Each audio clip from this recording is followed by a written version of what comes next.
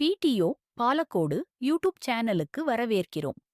ஒன்றிய அலுவலகத்திலிருந்து உங்கள் பஞ்சாயத்தின் புதிய தகவல்கள், சமூக செய்திகள் மற்றும் அரசுத்துறை அறிவிப்புகளை நேரடியாக அறிந்து கொள்ள இச்சேனலை பாருங்கள். தருமபுரி மாவட்டம் பாலக்கோடு ஊராட்சி ஒன்றியம் கம்மாளப்பட்டி ஊராட்சியில் மதிப்பிற்குரிய திட்ட இயக்குனர் அவர்கள் SWM திட்டப்பணிகளை ஆய்வு செய்தார்.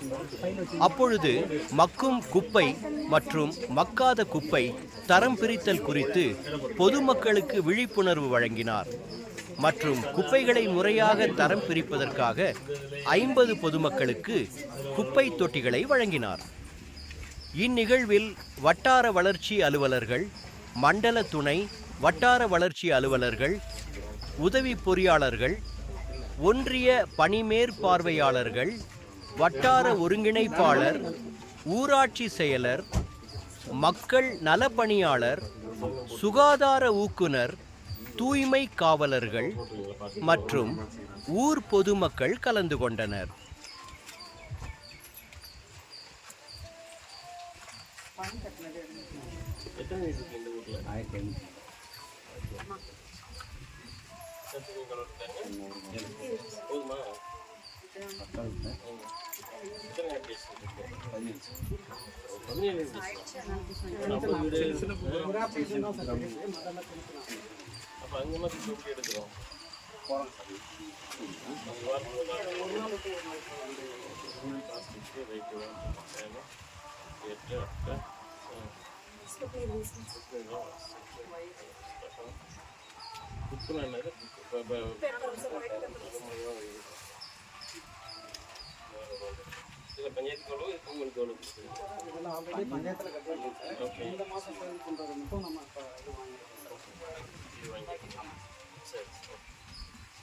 பிரிச்சு கொடுக்குறீங்களா?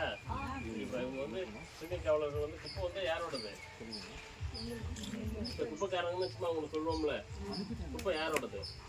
நீங்கள் தானே காசு கொடுத்து வாங்குறீங்க, இல்லை அதை ஃப்ரீயாக கொடுக்குறாங்களா கடையில்? நீங்கள் தானே குப்பை ஆக்குறீங்க, அப்போ நீங்கள் தான் குப்பையோட ஓனர். சரியா? அவங்க வந்து தூய்மைப்படுத்த வந்திருக்காங்க. நீங்கள் வந்து உங்கள் குப்பையை வந்து வீட்டுக்கு கார்டனுக்கோ இல்லை வீட்டுக்கு தேவை மக்கள் குப்பையை வந்து நீங்கள் மாற்றி வச்சுக்கிடணும். மாற்றிட்டு நம்ம ரோஸ் தொட்டியோ இல்லை காய்கறியோ, இப்போனா ஒரு கத்திரிக்காய் செடி கூட வந்திருக்கு. கத்திரிக்காய் வந்து மொதல் எத்தனை மாதத்துக்கு காய்க்கும்? அவ்வளோதான் காய்க்கும், 6 மாதம் காய்க்கும். இப்போ வந்திருக்கிறது வந்து சுண்டைக்காய் எத்தனை மாதம் காய்க்கும்? 2 வருஷம் இருக்கும்ல. சுண்டைக்காயில் ஒட்டு கட்டியிருக்காங்க கத்திரிக்காய். நீங்கள் ஒரு கத்திரிக்காயை நீங்கள் மக்களுக்கு இந்த பச்சை பேஸ்டில் போட்டு வச்சுக்கிங்க, வரப்போகுது அதான் வரும். மீதத்தை வந்து பிளாஸ்டிக் வந்து அதில் போட்டு வச்சிடுறீங்க. அவங்க 2 நாளைக்கு ஒரு நாள் 3 நாளைக்கு ஒரு நாள் வருவாங்க. அப்போ வந்து இந்த பிளாஸ்டிக் வேஸ்ட்டை வந்து நீங்கள் கொடுத்துட்றீங்க.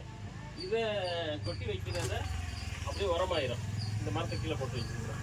அதில் இப்போ கத்திரிக்காய் செடி வந்து 20 ரூபாயில் ஒட்டி கட்டி விற்கிறாங்க. 2 வருஷத்துக்கு காய்க்கும். ஒரு வாரத்துக்கு அரை கிலோ காய்க்கும். அந்தளவுக்கு காய்க்கும்.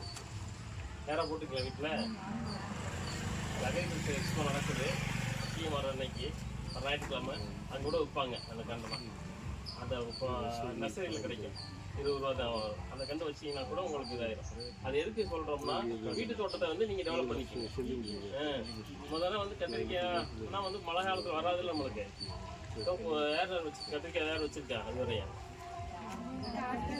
வீட்டில் வைக்கிற இடம் இருக்கா? ஒரு செடி வச்சா போதும். ஒரு செடி வச்சீங்கனாலே வந்து சுண்டக்காய் சீட்டில் ஒட்டுக்கிட்டதுனால அவ்வளோ காய்க்கும் உங்களுக்கு. நீங்கள் அதை யூஸ் பண்ணிக்கலாம். சரியா? அது எதுக்கு சொல்கிறோம்னா, இப்போ இவங்க வந்து மற்றொரு குப்பை மக்காத குப்பை வந்து இந்த மாதம் கலெக்ட் பண்ணுறதுல எவ்வளோ, இந்த மாதம் கலெக்ட் பண்ணதில் உள்ள இதில் இருக்குல்ல, எவ்வளோ நாள் கலெக்ட் பண்ண?